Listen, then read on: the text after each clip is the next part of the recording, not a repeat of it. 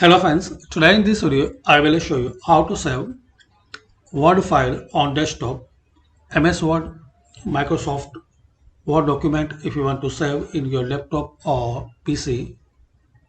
So just click on this file. Now in here click on save.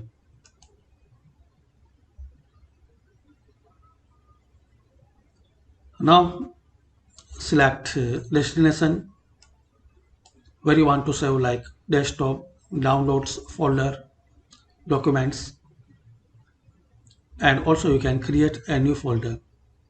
For example, you want to save this file in documents and new folder. So give name and open it in this folder.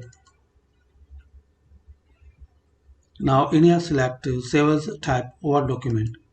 There are some more options. Best thing you select Word document, then click on save. That's it.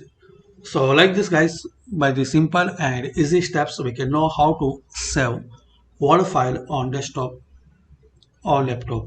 Thanks for watching. Please comment this video useful for you or not.